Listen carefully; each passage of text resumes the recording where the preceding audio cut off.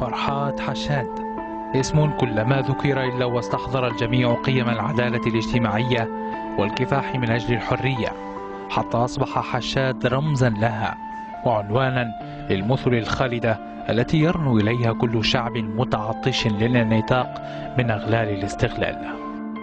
صبيحة 5 ديسمبر سنة 52 و900 وألف خرجت رصاصات غادرة في طريق رادس لتغتال حلم وأمل شعب أجهز عليه في طريق نعسان.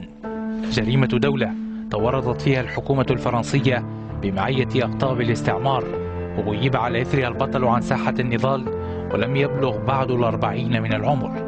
عاش القليل لكن حياته كانت حياة العباقرة، زاخرة بالنشاط النقابي والسياسي، وخاصة بتأسيس هذا الصرح الذي ما زال إلى اليوم صبيدا رغم الأعاصير التي واجهها منذ 66 عاما.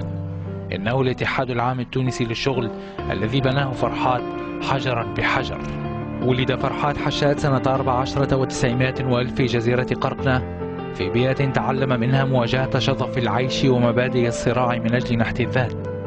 عمل بشركة نقل الساحل وبدأ خطواته النقابية الأولى هناك ليعود إلى صفاقس وينطلق في تأسيس لبنات النقابات التونسية بالموازاة مع تكوين نفسه، حيث لم يمر وقت طويل حتى أصبح حشاد الخطيب المفوه في الجماهير الشعبية يلهمها الحماسة ليس من أجل لقمة العيش فقط، بل كذلك من أجل انتزاع الحرية والاستقلال. ومن هناك أحس المستعمر بخطورة هذا البحار الصلب.